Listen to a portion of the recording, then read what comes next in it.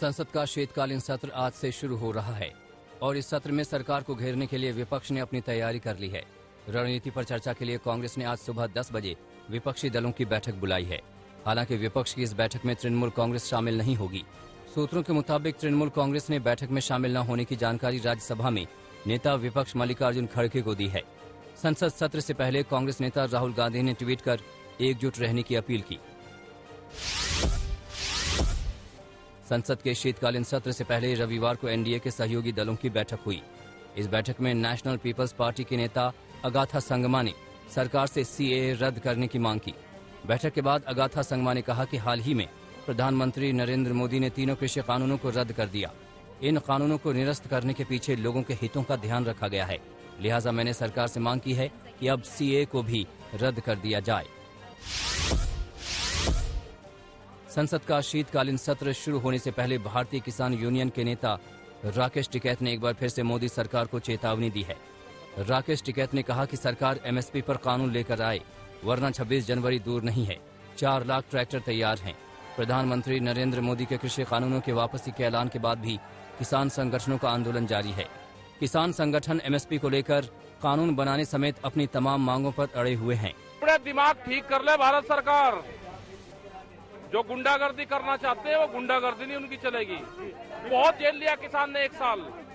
अपने दिमाग ठीक करके एमएसपी पे गारंटी कानून बना दे, नहीं तो हम बेके हुए ही हैं। 26 जनवरी कोई दूर नहीं है। फिर ये 26 जनवरी भी यही है और ये देश का 4 लाख ट्रैक्टर भी यही है और ये देश का किसान भी यही है। अपने दिमाग ठीक करके बात कर ले।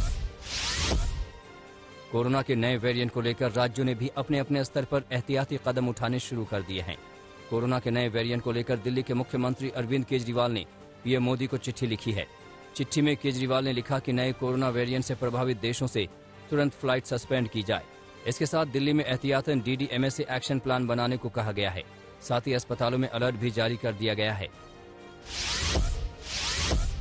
उत्तर प्रदेश की सरकार ने भी कोरोना के नए वेरिएंट के खतरे को देखते हुए तैयारियां तेज कर दी हैं। यूपी के सभी 75 जिलों में अलर्ट जारी किया गया है। साथ ही विदेश से आने वाले सभी यात्रियों के आरटी-पीसीआर टेस्ट का निर्देश दिया गया है। मध्य प्रदेश की शिवराज सरकार भी कोरोना के नए वेरिएंट को लेकर बैठक की। बैठक में तय किया गया कि स्कूल 100% क्षमता की बजाय 50% क्षमता के साथ चलेंगे। स्कूल ऑनलाइन क्लास बंद नहीं करेंगे। साथ ही 1 दिसंबर को एमपी के सभी ऑक्सीजन प्लांट्स का मॉक ड्रिल किया जाएगा।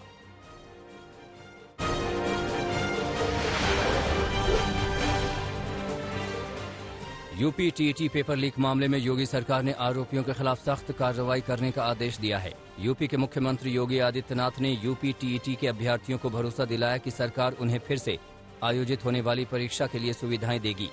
साथ ही पेपर लीक मामले में दोषियों के खिलाफ गैंगस्टर एक्ट के तहत कार्रवाई की जाएगी। योगी आदित्यनाथ ने कहा कि नौजवान बहनों भाइयों के भविष्य के साथ खिलवाड़ करने वालों को किसी भी कीमत पर बख्शा नहीं जाएगा। टीईटी पेपर लीक मामले में अब तक 26 आरोपियों को गिरफ्तार किया जा चुका है। पेपर लीक कराने के मास्टरमाइंड को यूपी के कौशाम्बी से पकड़ा गया है। जिन लोगों ने ये शरारत की है वे भी सुन लें, उनके खिलाफ गैंगस्टर के तहत मुकदमा दर्ज हो रहा है और उनकी संपत्ति को जब्त कराने और राष्ट्रीय सुरक्षा कानून के अंतर्गत उनको सबको निरुद्ध करने जा रहे हैं। 23 लोग अब तक गिरफ्तार हो चुके हैं और शेष लोगों की गिरफ्तारी चल रही है और कोई कितना भी बड़ा क्यों नहीं होगा, उसके घर में बुलडोजर चलना तय है।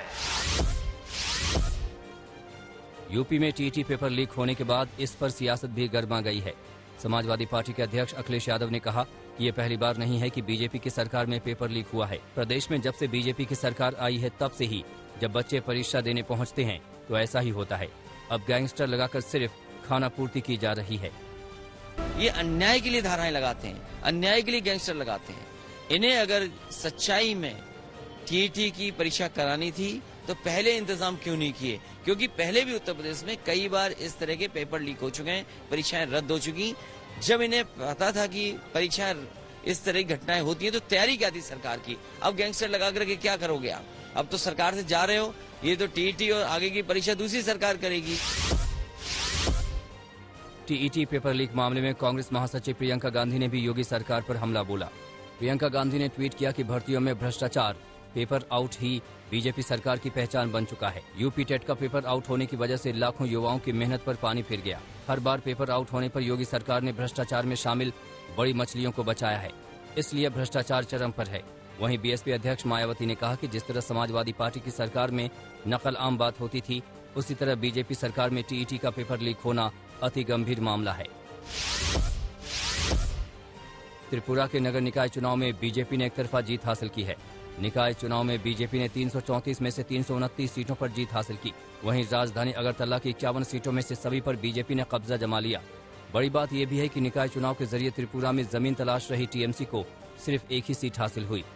त्रिपुरा के निकाय चुनाव में बड़ी जीत के बाद बीजेपी अध्यक्ष जेपी नड्डा ने मुख्यमंत्री बिप्लब देब को बधाई दी और कहा कि यह जीत प्रधानमंत्री नरेंद्र मोदी की लोक कल्याणकारी नीतियों का नतीजा है। आज़ादी के बाद पहली बार माननीय प्रधानमंत्री श्री नरेंद्र मोदी जी के नेतृत्व में डबल इंजन की सरकार की जो सरकार त्रिपुरा में बनी, उसका प्रभाव जन जन तक देखने को मिल रहा है। यह विजय मोदी जी के सरकार के लोक कल्याणकारी नीतियों में जो लोगों की आस्था है, उसका यह परिचय है।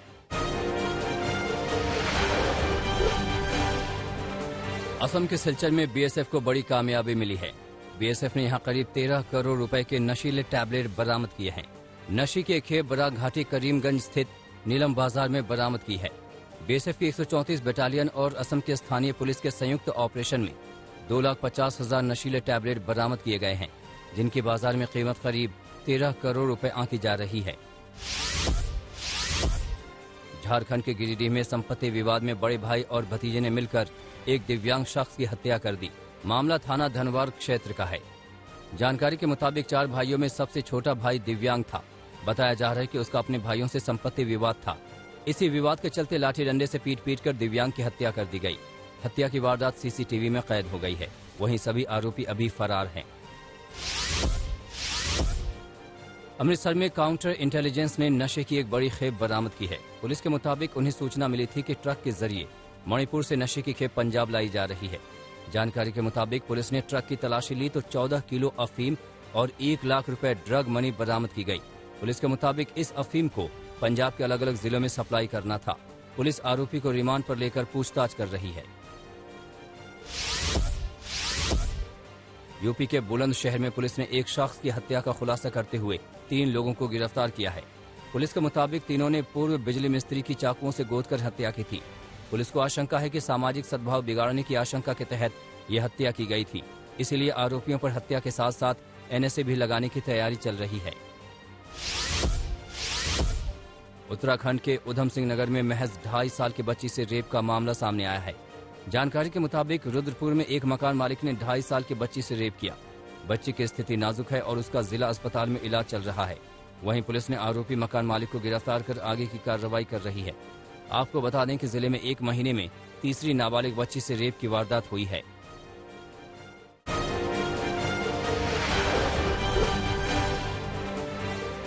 कानपुर टेस्ट में टीम इंडिया जीत की ओर बढ़ चली है और जीत हासिल करने से 9 विकेट दूर है।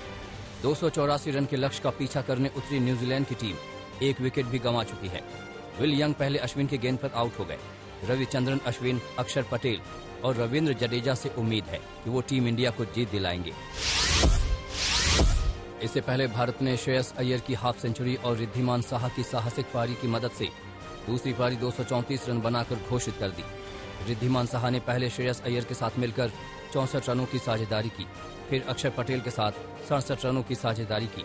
अश्विन और श्रेयस ने 52 रनों का योगदान दिया था।